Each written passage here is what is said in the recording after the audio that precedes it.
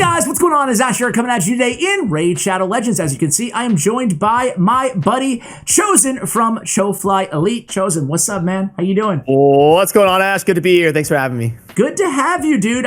This is going to be a really good video because it's a topic that I've been meaning to share for a while now, and I haven't yet, and it's about a big mistake that I've made inside the game. Really curious to get your thoughts. Then we're going to kind of transition from this mistake to our top 10 artifact sets in the game. We kind of tried to combine our list the best that we could in preparation for this video, so I think my viewers are going to enjoy it and let us know about all the artifact sets we forgot about. First off, man, I got to be totally honest. I kind of messed up my priorities in the game for a long time since the introduction of the Forge, namely, and Doom Tower as well, and especially Doom Tower, right? So every day, I never really used my gold keys, you know? I really don't know what to say, actually. Like, I didn't farm, or I should say, I didn't farm, what is it, gold or silver for the bosses? Silver? Gold is for new levels, and then silver is the one you have to like grind, yeah. So I never use, and you guys can see I haven't used them yet today either, but I never use my silver keys, right? So I shouldn't say never, but it was like the last on my priority list, right? I would do it like if I did faction wars, clan boss, auto attacks, arena, tag team arena, then at the very end of my priority, regular Doom Tower gold key floors, and at the very end of my priority list, it would be the bosses. And since then, now I've changed that. I still do faction wars first because I need those glyphs. But after that, it's a big priority for me to farm a Doom Tower boss because I'm looking at my best champions on my main account and on my free-to-play, dude. And, like, I'm looking at the artifacts on them, and it just kind of hit me one day that, man, like, most of my best gear is from the Forge, a feature that I wasn't even that excited about when it was introduced to the game. So I want to ask you, like, what are your priorities as it stands to the Forge? Yeah, I've always tried to make sure I do my silver keys because I didn't want to be in a situation where I'm regretting, like, oh, I wish I would have spent those 5 months running those keys. So I did always make sure to do it. But you're right, it is the last priority for a lot of people. I think it's because of how long it takes. Like, some of these boss fights can be like 8-minute runs, and you've got, if you do any secret rooms and stuff, you've got like 14, 15 keys you got to run. It's like, and if you want to do anything else with your time, it can be really hard to get those keys spent. So I think that's why a lot of people fall into that trap you were talking about. But yeah, I think in general, we were maybe a little bit harsh on how good the Forge was when it first got released because it's something that's kind of aging well. I think it's got a good role in the game, and I think it definitely is a great addition for people that are coming into the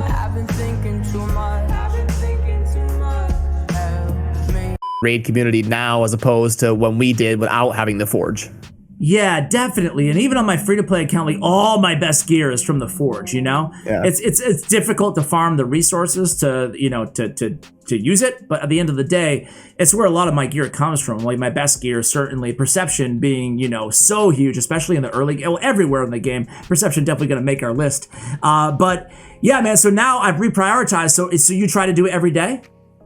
Yeah, it's very rare that I don't spend my silver keys. It'll be like an exception, like I'm traveling or something and I just can't get to my phone. But yeah, if my normal life, I try to make sure and spend them, yeah. At least you can auto on that, like, because, you know, that would be a true nightmare if you couldn't auto attack.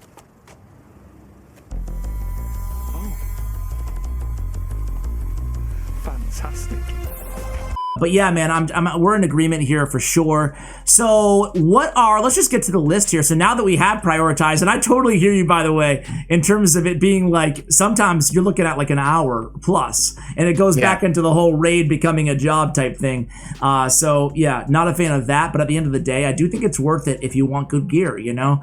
So let's talk about artifact sets here, man. Like I said, we only had one, we both independently listed our top 10, and we only had one set that was different, you know? Yeah. Want to start with that? Or actually, want to start with our shout-outs, our honorable mentions? Sure, yeah, go ahead. Okay, so for me, my 2 shout-outs are going to be crit rate, which, like, I love crit rate gear, man. It's like the only reason I want to go into Ice Golem, right? Because it allows me to actually get crit damage gauntlets on my nukers. I mean, like, keep it as simple as that, right? Having at least one crit rate set is so beneficial, I feel like, having that extra 12% crit rate on that set. So finding good crit rate gear with crit rate as a substat to exponentially bump up my crit rate is pretty huge. And actually, as a matter of fact, my other favorite honorable mention set, it's not meta, but I like Reflex after the buff, right? And I think that you were early on the bandwagon of saying that, wow, this is like a really, really big buff to the set. 40% chance to reduce random skill cooldowns. It's a little bit niche, but champions that only have 2 skills. I have my Battle Khazar, I have my Dark Elhain, and I even tried out Valkyrie, not anymore, but I even tried out Valkyrie in a Reflex set, because 2 active skills, well, it's a 40% chance to reduce the cooldown of their OP skill, right? So yeah, I love Reflex, I love crit rate. What about you?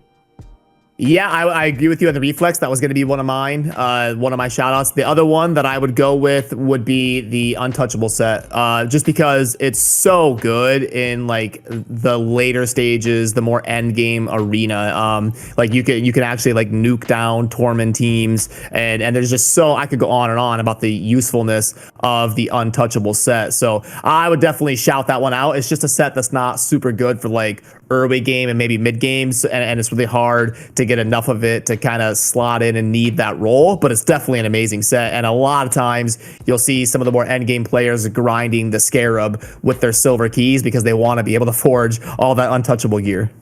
Yeah, that's a good call out too. I'll be honest with you, man. I don't think I've formed much of like any. I don't think I've done any Untouchable gear. I have like quite a few that I can forge here, but it is a good call out. So yeah, Untouchable shout out. All right, so getting into our top 10 sets, we did cheat here and combined like the normal version and the OP version of sets. For example, like we'll start here with Speed and Divine Speed. So we kind of put those together, so bear with us on that. So that's where we'll start, Divine Speed and Speed. Divine Speed obviously not farmable in dungeons, only special events and whatnot. But for Speed, I mean, how can you talk about artifact sets, Brad, without talking about speed, right? Yeah, it's there's a reason it's the most selling artifact sale that they put up in the shop. It's because it's like speed is speed. Like you need it. Every champion can use it. I mean, almost every champion can use it. There's some very niche builds that are low speed, but it's 99% useful. It's a 2-piece set, so you can mix and match and build champions around it. So yeah, speed is obviously one of the best sets in the game, no matter what. Yep, so speed is all, I mean, Arena is all about speed. Every champion needs speed. Speed is always, even if you have a 4-piece set on a champion, speed is always a great option for a 2-piece to go along with it, because you can always have almost any champion less a speed tuned faster, right? Yep, exactly. All right, what is the number 2 for us?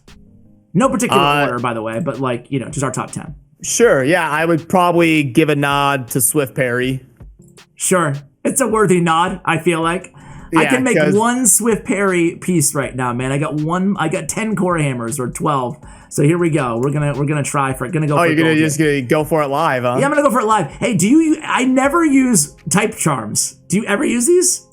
I never use substats either. Rarely.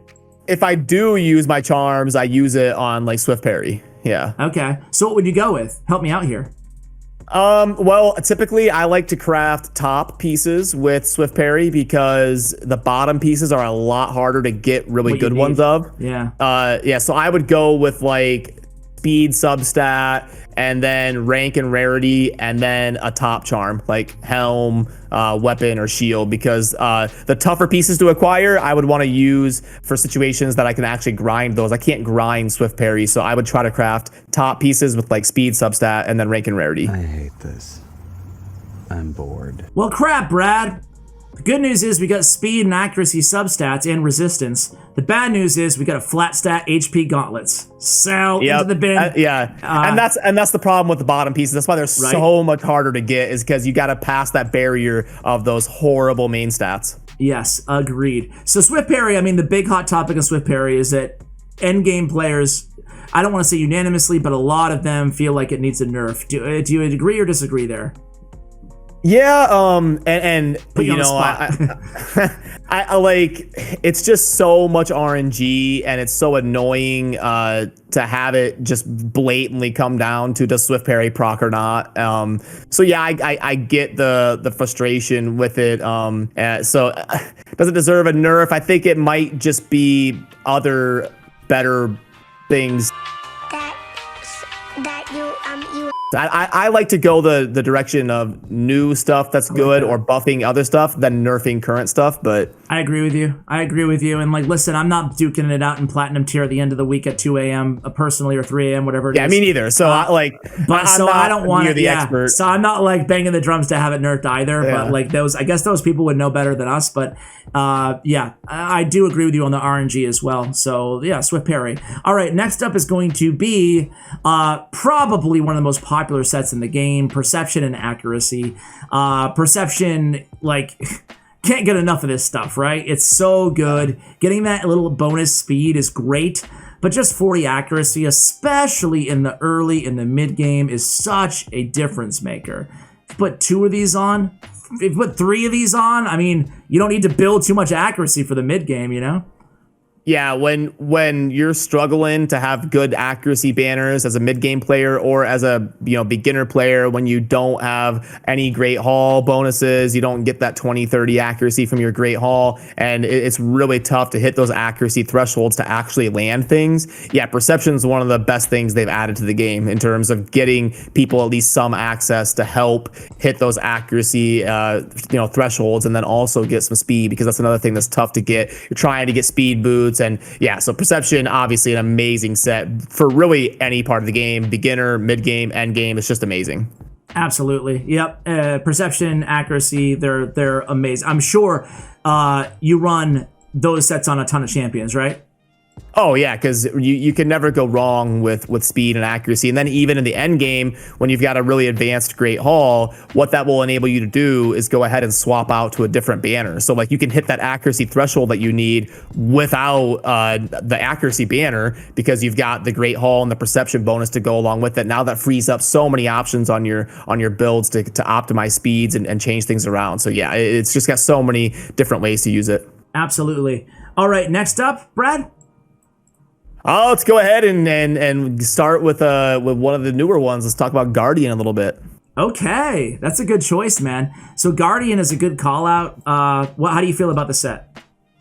I love their way of thinking here. They're bringing a new mechanic to the game. So when they announced the 2 new sets with the Guardian and then the beefed up Lifesteal set, I like the Guardian set so much more than the Bloodthirst. The Bloodthirst set is good if you can get it, but it's just a beefed up Lifesteal set. There really is no new mechanic. The Guardian set brought a new mechanic, which is the wearer is going to absorb 10% of the damage dealt to the allies, and then it's a super beefed up Immortal set by giving you a 10% heal every turn. So it's got a really cool niche and a fun way to build champions and build a team around it. It brought a new mechanic to the game. So I absolutely love the set. I think they went in a good direction with it. Do you use it on any champion yet? I haven't farmed enough of it personally because I was slacking on Doom Tower for so long, or for the last cycle, I should say.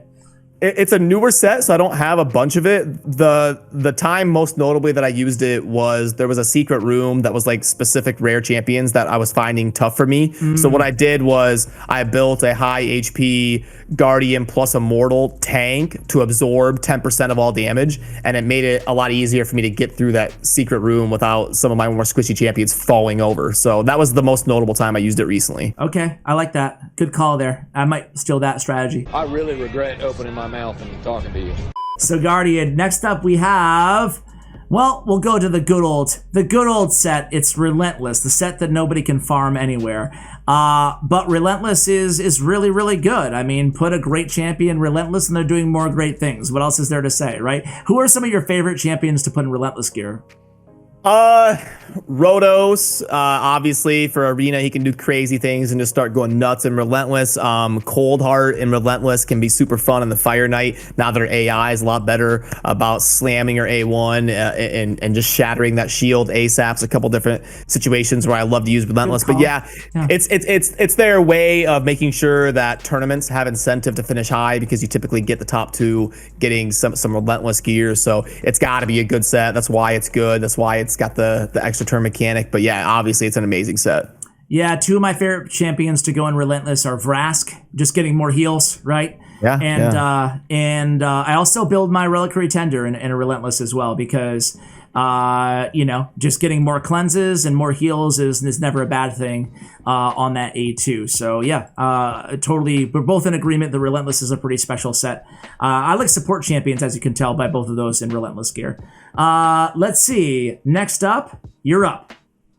Okay, how about Cruel? Another old, tried and true. I love what they did with the design of what sets drop in the clan boss. They've got some for damage dealers, they've got some for tanks and supports with the Immortal. And Cruel, really an early game introduction when you can't get a ton of Savage to ignoring some defense and getting a boost to your attack. So it's just such a good set that you could slot in on your damage dealers and your first kind of voyage into ignoring defense, which is so huge in Raid. Ignoring defense is why Savage is one of the best sets in the game. So yeah, I just love the Cruel set. It's got so much utility throughout the game. Absolutely, totally agree with you. And you just mentioned it, so let's just talk about Savage while we're here, right? Sure, why not? So yeah, man, I think that Savage is, it's the go-to set for pretty much every nuker. I want to say, right? What is a situation where you wouldn't put a nuker in Savage gear, like if you had it?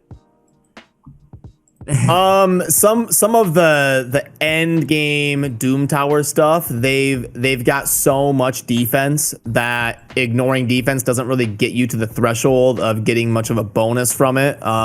So that might be a situation to be careful on Savage, or if it's somebody like a Rotos that's gonna get you can't obviously fit in two 4-piece sets. So if you have to choose between like Savage and Relentless, you might get a little bit more like upside with the Relentless set on somebody like Rotos. So, but yeah, obviously any AoE nuker, Trunda is the famous one, just blowing people up with the Savage set. You really can't go wrong if you got a damage dealer in Savage, most situations. Yeah, Savage also, it deserves a shout out. Savage in combination with Helm Smasher Mastery is like a very I guess old school or whatever popular combination to have, getting that extra defense ignore. So if you put Savage and Cruel and Helm Smasher, you're looking really good, especially if the character already has some built-in defense ignore in their kit as well. Sure. Okay, cool. So next up is what do you want here, Chosen? We'll go with we touched on it a little bit earlier, so we might as well wrap up that thought with the Bloodthirst and the Lifesteal kind of being the beefed up one. So I'll let you kick us off on that one. Yeah, man, I think that Lifesteal is funny because like as an end game player, as someone who spends in this game, I neglected Lifesteal for a while because I'm like, that's for new players, but now as things get more challenging, when I first was engaged with level 20, 21 faction wars, and then now Doom Tower, obviously, more recently, I'm relying on Savage gear as well, or on Lifesteal gear, as well. I don't have enough good Bloodthirst to use, but I'm a big fan of Bloodthirst, obviously. That's the number one set that I'm trying to farm right now as well in terms of Doom Tower bosses. I forget, is it the Griffin that does the... Yes, yep. Yeah. Yep. So... but Lifesteal in itself is just such a crucial set. Put it on your Provoke champions, put it on your Fragile champions, put it on your Ally Protect champions. I think there's so much use cases for it. I just to name a couple champions that I use it in, Drexstar Blood Twin, I put in Lifesteal, and Vizix, now that she got a big buff, I also put in Lifesteal as well. Sure, and I just want to make sure and correct myself. It's actually the Eternal Dragon. Thank you. When you asked me, I was looking at the Guardian set, Dude. Which is what drops from the Griffin. So I honestly didn't know, and I'm like, it's a 50-50 guess. Someone right now is raging in the comment section about it dropping in the Eternal. We got it corrected. Mission failed. We'll get them next time. Yeah, it's the Eternal Dragon. But yeah, so I do like the set. It's good. Back when I talked about the Guardian set and the Bloodthirst set, I said I liked the Guardian set better because it brought a new thing to raid, whereas the Bloodthirst is basically just a better version of something. Sure. But it is definitely a really great set because like you talked about, getting crit rate is so important,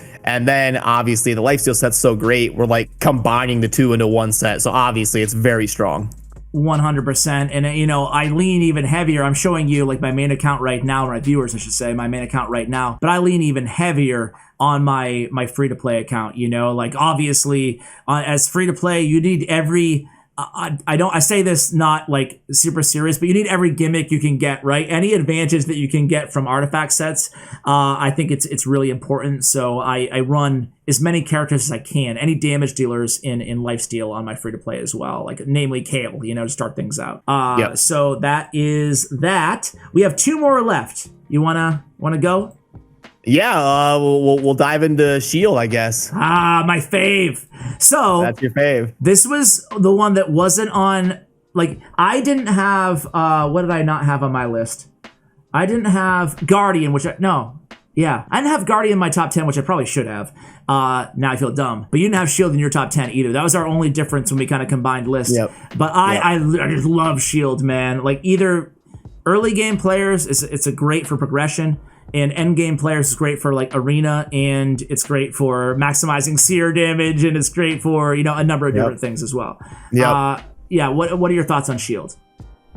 Yeah, no, it's an amazing set. And like you said, when you actually build a team around taking advantage of it, like a Mountain King, high HP shield set for tanking in the arena, you've got a Seer that can now nuke harder because of the shield set. You can survive dungeon waves and faction war waves that you otherwise wouldn't be able to. So yeah, it's incredible. I didn't have it in my top 10 because it's got situations, unlike others, where it's completely worthless, like the clan boss or a faction wars boss that you're struggling with. After 3 turns, you've got a whole chunk of your build for artifact pieces that you're getting nothing from. So it's kind of one of those like all or nothing. It's either amazing or it's worthless. Whereas you got things like Relentless, Perception, Savage that you're always getting value from, and that was my reasoning behind putting such an amazing set, which is Shield, not in the top 10. But yeah, you can definitely make a case that it should be. You know what?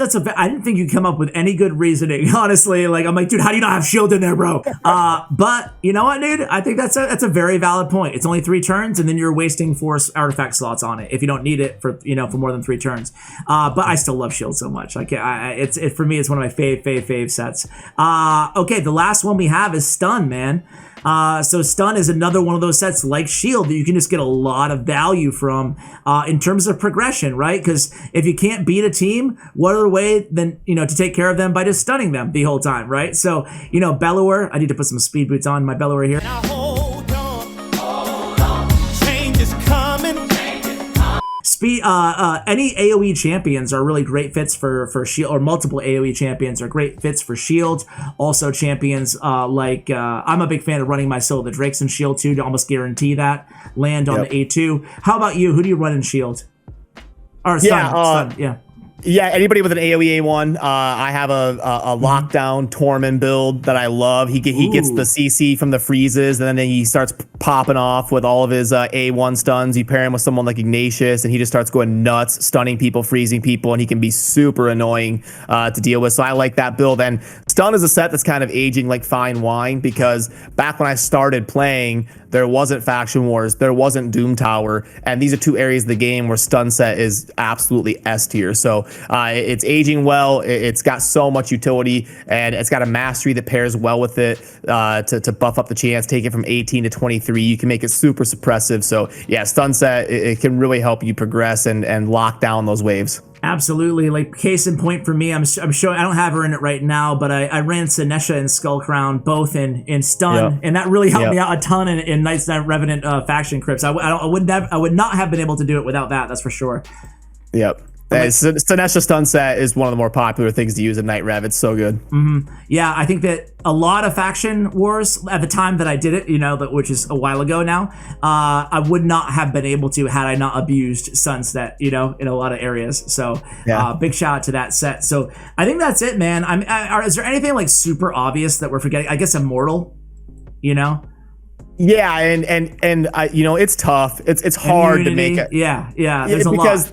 Like there's probably like 15 to 18 sets that would have a case for being top 10, just like depending on who you ask, and if you're scaling the list more towards beginners or more towards end game, that list is going to change. So it's really tough to nail it down to one set, but I think we're in agreement on most of what we said in terms of like generally trying to come up with a list. Yeah, well, you know what, you can always count on my subscribers to tell us what we missed and what we were wrong on. So guys, let us have it. What is your favorite artifact set that we didn't mention? And then give us your favorite artifact set overall, like one that you absolutely use the most. I went through all my champions for the most part, a lot of my champions in today's video, so you guys can see like what sets I use the most. And don't read too much into these necessarily, guys, because you only have so much good gear, right? So you have to spread it thin. So oftentimes you'll have, you know, kind of weird hodgepodge of sets. But yeah, Chosen, thank you so much for coming on the channel, man. Always a pleasure. We just recorded a video, a collab on your channel as well. If anybody is super, super bored, wants to hear about my life a little bit, I can, but you were a great interviewer, and it was great to be there on that channel. So I'll link that video for you guys in the show notes below. Chosen, thanks so much for coming on, man. Appreciate it. You bet. It's always fun. We'll be in touch. Thanks for having me. All right, no problem, guys. Thank you so much for watching all the way till the end. And as always, take care, guys.